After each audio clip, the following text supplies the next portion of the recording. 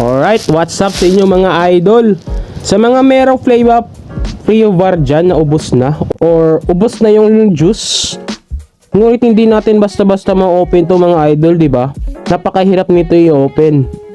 Naku mga idol, meron mga basic na gawin lang. Napaka-basic lang talaga.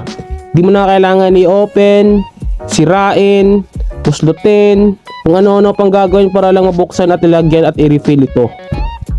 So ito na nga mga idol kung paano nga ba i-refill ang Flava Freo Bar na hindi binubuksan o sinisira. Ang kailangan lang natin dyan mga idol is only juice ng vape. Kahit anong juice yan idol, kahit anong flavor yan o kahit anong juice yan basta juice ng vape. Naniniwala ba kayo idol na dito natin ilalagay yung juice? Yes idol, dito natin ilalagay yung juice idol. Dito natin i-refill yan.